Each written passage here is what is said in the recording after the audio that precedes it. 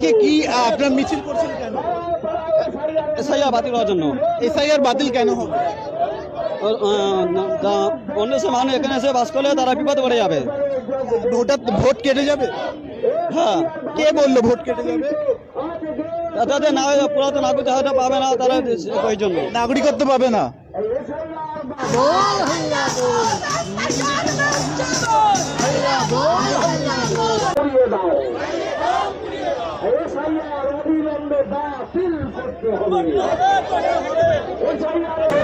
কাকা আপনার নাম কি?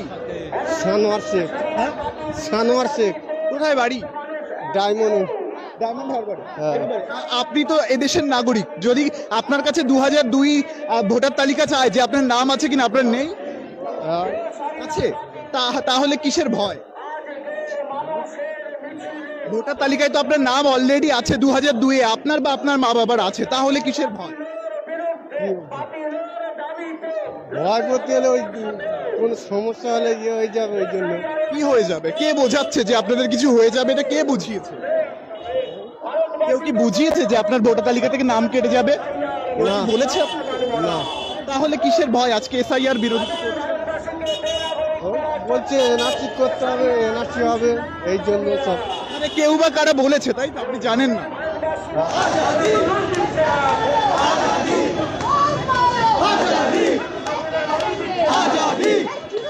কাকিমা কোথা থেকে এসছে? কাজীপাড়া, ভূকুঞ্জ কাজীপাড়া, ডায়মন্ড কেন মিছিলে হাঁটছেন? কি আছে? আছে। আমি বলতে পারছি আজকে কেন মিছিলে হাঁটছেন? না, আমি বলতে পারবো না। জানেন না কেন মিছিলে হাঁটছেন? কেউ আপনাদের কেন মিছিলে হাঁটছে? এসআইআর এর বিরুদ্ধে। এসআইআর এর বিরুদ্ধে। কি মনে হয় এসআইআর হলে আপনাদের ক্ষতি হবে? হ্যাঁ, ক্ষতি হবে। কি ধরনের ক্ষতি হবে? এই ধরো না, আমরা এই দেশের নাগরিক না, নাগরিককে মানে বাদ দেবে। কে বলেছে বাদ দেবে? এরকম। কোথাও কেউ কি বলেছে আপনাকে বাদ দিয়ে দেবে? বলেনি তো, ওই জন্য।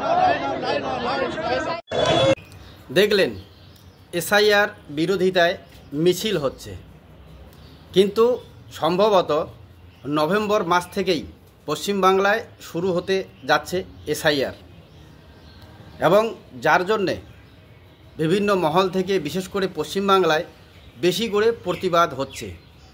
এবং এই মিছিল দেখছেন আপনারা ডায়মন্ড হারবার থেকে। এবং চিন্তা করুন যে এই ডায়মন্ড হারবারে 8 লাখ ভোটে জেতা ভাইপোর এলাকা, এখান থেকেই কিন্তু এই মিছিল দেখা যাচ্ছে। এবং সেখানকার ভোটার তালিকায় আকাশ পাতাল তফাৎ। দেখুন, যেখানে 2022 আর 2024-এর ভোটার তালিকায় আকাশ পাতাল তফাৎ। 50% ভোটারের নাম, বাপের নাম, বংশ পরিচয় পাওয়া গেছে, এবং বাকিদের মধ্যেও 25% নতুন ভোটার ধরে নিলেও প্রায় 25% ভোটারের কোনো অস্তিত্ব পাওয়া যাচ্ছে না বা যাবে না।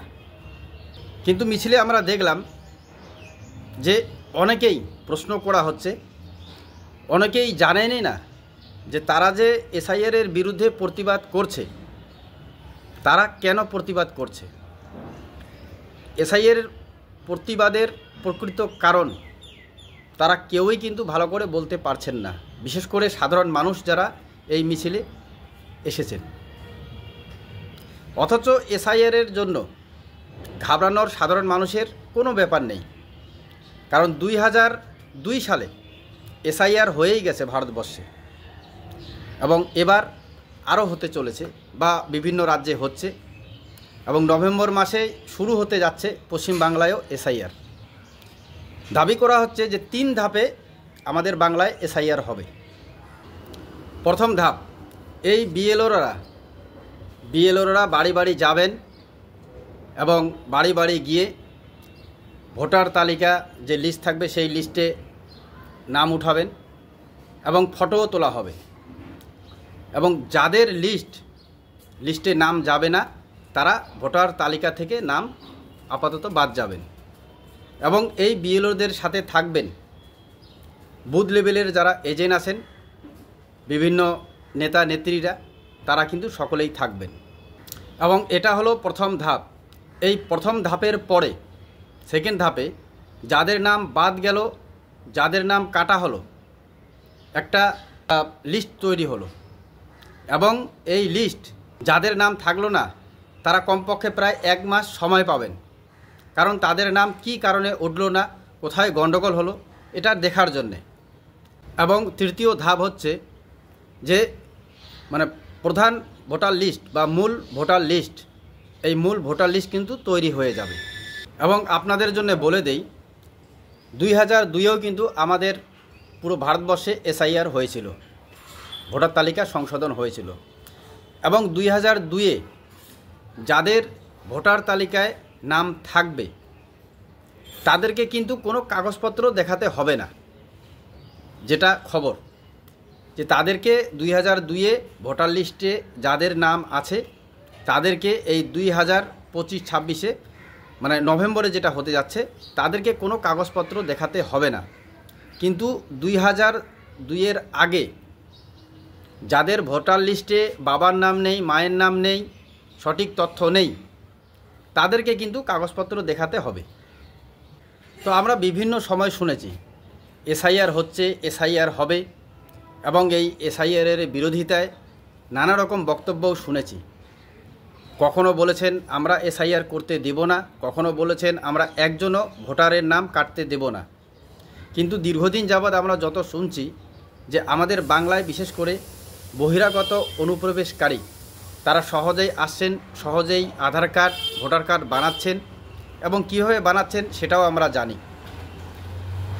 তো আমরা কি প্রকৃত ভারতবাসী হিসাবে বা পশ্চিমবাংলার সাধারণ জনগণ হিসাবে, একজন দায়িত্ববান নাগরিক হিসাবে আমরা কি এটা মেনে নিতে পারি যে আমাদের রাজ্যে বা দেশে বাইরের দেশ থেকে যারা বহিরাগতরা এসেছেন সহজেই আধার কার্ড, ভোটার কার্ড বানিয়ে এই রাজ্য বা এই দেশের নাগরিক হয়েছেন, তারা এই দেশে থাকুক?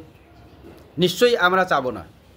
তো কাজেই এই এসআইআর ভোটার তালিকা সংশোধন এটা খুবই জরুরি, যার জন্য আমি এই প্রতিবেদন করলাম। এবং আপনারা দেখলেন যে যারা প্রতিবাদ করছেন, যারা এসআইআর বিরুদ্ধে আন্দোলন করছেন, তাদেরকে জিজ্ঞাসা করা হলে তারা প্রকৃতভাবে সঠিক তথ্য তুলে ধরতেই পারল না, সঠিক কারণও বলতে পারল না। কারণ সাধারণ মানুষ বেশিরভাগ জানেনই না। কারণ আমরা বিভিন্ন সময় যা কথাবার্তা শুনছি বিভিন্ন নেতা নেত্রীর কাছ থেকে, তাতে সাধারণ মানুষের মনে একটা ভয় ধরে গেছে যে অবৈধভাবে আমার নামটা বাদ যাবে না। তো কি করে বাদ যাবে? যেখানে বলা হচ্ছে যে 2002 সালেও এরকম এসআইআর বা ভোটার তালিকা সংশোধন হয়েছে, এবং 2002 সালে যদি আপনার ভোটার তালিকায় নাম থেকে থাকে, আপনার বাবা মায়ের নাম সঠিক থেকে থাকে, তো আপনাকে কোনো কাগজই দেখাতে হবে না, আপনার নামটা অটোমেটিক উঠে যাবে। কিন্তু 2002 সালের ভোটার তালিকায় যদি আপনার আত্মীয় স্বজন বা বাবা মা এদের নাম ভুল থাকে বা নাম ওঠে নেই, তবে আপনাদেরকে প্রকৃত কাগজ দেখাতে হবে যে আপনারা ভারতীয়। তাহলে অসুবিধা কোথায়? এবং প্রথম ধাপে যেটা হবে সেখানেও আপনাদেরকে বিএলআরওরা বাড়ি বাড়ি আসবেন, আপনাদের ভোটার লিস্টও থাকবে, সেই লিস্ট অনুযায়ী নামও ওঠাবেন, ফটোও তুলবেন, এবং সেখানে যাদের নাম বাদ যাবে তারাও আবার 1 মাস টাইম পাবেন।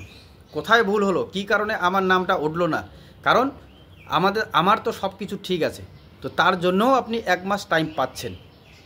তারপরে কিন্তু ফাইনাল রিপোর্ট বা ফাইনাল ভোটার লিস্ট জারি হবে। তো কাজেই যারা ভারতবর্ষের নাগরিক, যারা ভারতবর্ষের প্রকৃত নাগরিক, তাদের কোনো ঘাবড়ানোর দরকারই পড়বে না। তো যাই হোক, জানি না আমি কতটা আপনাদের বোঝাতে পারলাম, তবে ভুলভালভাবে কিছু শুনে সঠিকভাবে না বুঝে কখনোই আমি মনে করি যে এই এসআইআরের বিরোধিতা করা উচিত নয়।